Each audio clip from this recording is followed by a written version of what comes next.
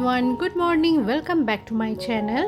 আশা করি তোমরা সবাই খুব ভালো আছো, আমিও ভালো আছি। আমার নতুন একটা এনার্জেটিক ব্লগে তোমাদের সকলকে স্বাগত জানাই। প্রতিদিনের মতোই ঘুম থেকে উঠে নিজের যাবতীয় যা কাজ ছিল সবটা কমপ্লিট করে রান্নাঘরে চলে এসেছি। কাউন্টার টপ, গ্যাসের ওভেনটা মুছে নিচ্ছি। তারপরেই একের পর এক কাজ আমি স্টেপ বাই স্টেপ করে নেব। আমাদের সকল গৃহিণীদেরই প্রতিদিনের সেই একঘেয়ে কাজ, রান্না করা, বাসন মাজা, ঘর পরিষ্কার, ভীষণ বোরিং লাগে, তাই না এক এক সময়? তো আজকে এই ব্লগের মধ্যে দিয়ে 10টা সহজ টিপস তোমাদের সাথে শেয়ার করব, যেগুলো ফলো করলে পরেই কাজকর্মগুলো করতেও যেমন ভালো লাগবে আর বোরিং ভাবটাও কিন্তু একদম কেটে যাবে। আর আজকে সকাল থেকেই সংসারের কাজকর্মগুলো করতে করতে টিপসগুলো তোমাদের সাথে শেয়ার করব। তো জলখাবারে তো ভাত খাওয়ার আজকে কোনো ব্যাপার নেই, তাই চালটা ধুয়ে আগেই গুছিয়ে নিলাম। আজকে জলখাবারে বানাবো ওটসের চিলা। ওটসটাকে গুঁড়ো করে নিয়েছি, তার মধ্যে 2 চামচ মতো বেসন মিশিয়েছি, কাঁচা লঙ্কা কুচি, পেঁয়াজ কুচি, স্বাদ মতো লবণ, হলুদ আর দিয়েছি গোটা সাদা জিরে। ভালো করে জল দিয়ে একটা স্মুথ ব্যাটার বানিয়ে নিয়ে আস্তে আস্তে ওই চিলাগুলো বানিয়ে নেব। ডিম সিদ্ধ আর চিলা, এটাই হচ্ছে আজকে সকালের ব্রেকফাস্ট। চলো চলে আসি প্রথম টিপসে। প্রথম টিপস হচ্ছে আগের দিনকে রাত্রিবেলাতে পরের দিনের জন্য কিছু প্রিপারেশন করে রাখো। দরকার হলে সবজি কেটে রাখো, হালকা একটু ঘর গুছিয়ে রাখতে পারো, যাতে সকালবেলায় ঘুম থেকে ওঠার পরই কাজের তাড়াহুড়ো না লাগে। এমনিতেই সকালে ঘুম থেকে ওঠার পরে আমাদের অ্যাক্টিভ হতে একটুখানি সময় লেগে যায়। তখনই যদি হঠাৎ করে কাজের চাপ মাথায় এসে পড়ে না, আমরা কিন্তু অনেকটা স্ট্রেস নিয়ে ফেলি। পজিটিভ মাইন্ড নিয়ে কিন্তু কাজকর্মগুলো শুরু করতে পারি না, যার এফেক্টটা সারাটা দিনের কাজের মধ্যে পড়ে। 2 নম্বর টিপস, আমাদের রুটিন লাইফে যা যা কাজ আছে সেগুলো তো প্রত্যেক দিন সকাল থেকে আমাদেরকে করতেই লাগে, কিন্তু রুটিনের বাইরেও তো কিছু এক্সট্রা কাজ থাকে, যেগুলো যেমন হচ্ছে কোনো কর্নার ক্লিনিং, এক্সট্রা কোথাও ডাস্টিংয়ের কাজ, কিছু গোছানোর কাজ, এমন তো অনেক কাজই আমাদের সংসারে থেকে থাকে। তো এরকম কাজের একসাথে অনেকটা প্রেশার না নিয়ে ভাগ ভাগ করে 2 কি 3টে করে খাতায় লিখে রাখো আগের দিনকে রাত্রে।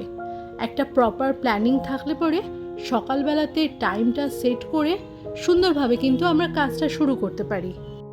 আর এই তো এদিকে গল্প করতে করতে আমার চিলাটা রেডি হয়ে গেছে, প্লেটে সার্ভ করে নিচ্ছি। চলে আসছি 3 নম্বর টিপসে। আমরা সকাল থেকে রাত পর্যন্ত একই রকমের কাজ করি। মানুষ তো আমরা, মেশিন তো নই যে বোতাম টিপলাম আর চালু হয়ে গেলাম।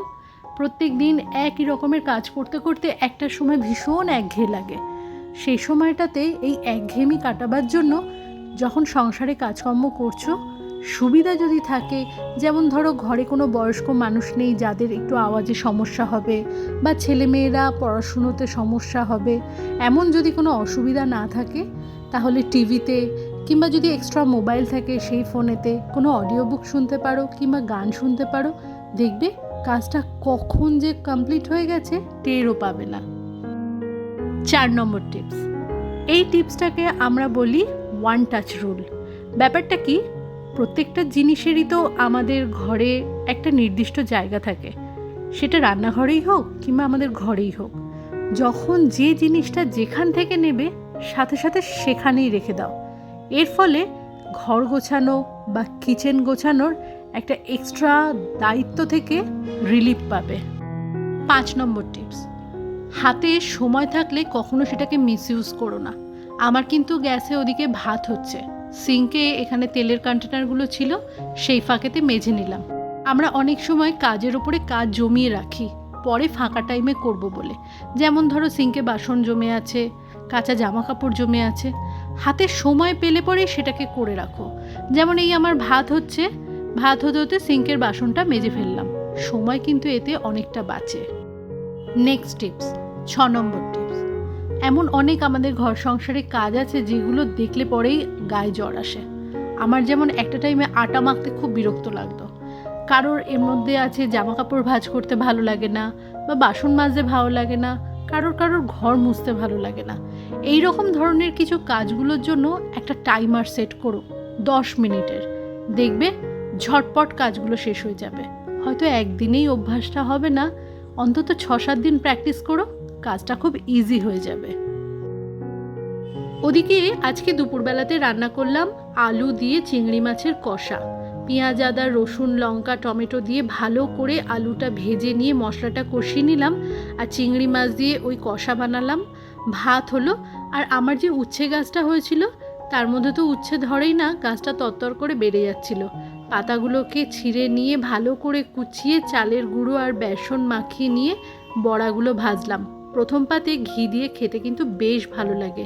একটু তিতো লাগে ঠিকই, হয়তো ছোট ছোট ছেলেমেয়েরা খেতে চাইবে না, কিন্তু খেতে কিন্তু বেশ মচমচে হয় আর ভালো লাগে।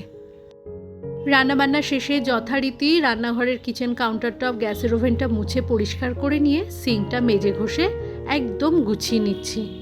7 নম্বর টিপস, যখন যে কাজটাতে হাত দিচ্ছ সেটা ফুল কমপ্লিট করো, তারপরে সেকেন্ড কাজে হাত দাও। হয় সুবিধাটা, একটা কাজ অর্ধেক আরেকটা কাজ অর্ধেক করে ফেলে রাখলে পরে এই দুটো কাজের প্রতি আমাদের বিরক্ত জন্মায়। যেমন রান্নাঘরের কাজকর্ম আমার এ বেলার মতো শেষ। আমি কাউন্টার টপ, গ্যাসের ওভেন, সিঙ্ক সবটা একবারে পরিষ্কার করলাম। যেটুকুনি প্রয়োজন আছে রান্নাঘরে মোছামুছি করে নিয়ে আমি একেবারে ঘরে যাব। এই কাজটা যদি আমি ফেলে রাখতাম, পরে বেলা বাড়ার সাথে সাথে এদিকে এসে কাজ করতে কিন্তু আমার বিরক্তই লাগতো। এটা আমার কেন, যে কোনো কারোর ক্ষেত্রেই হতে পারে। রান্নাঘরে যখন কাজ করছি, রান্নাঘরের সমস্ত কাজ শেষ করে তারপরেই ঘরের কাজে হাত দেব।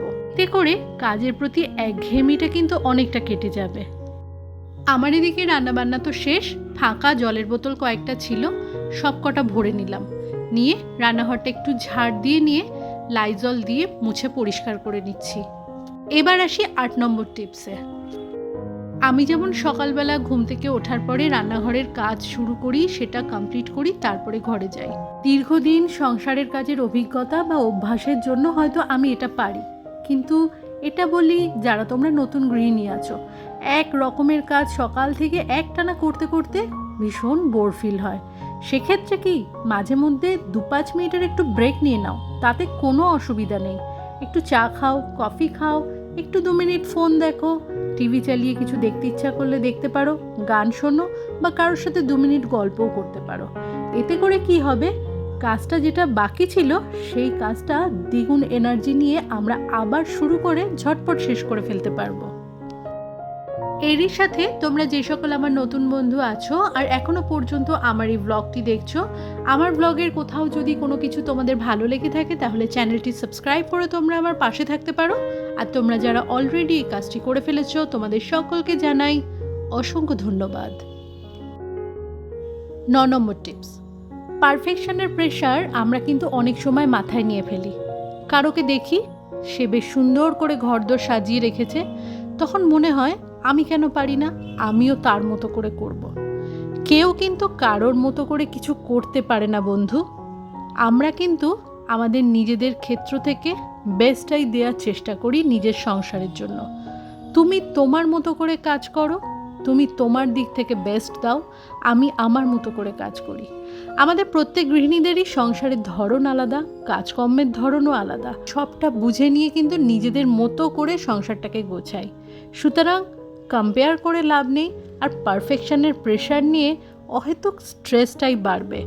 রিল্যাক্স হও, নিজের মতো করে কাজটা করো, নিজের যতটুকু সম্ভব ততটুকু দেওয়ার চেষ্টা করো। 10 নম্বর টিপস, আমাদের প্রত্যেকেরই তো মাথায় একটা চিন্তা থাকে আজকে কি কি কাজ করব।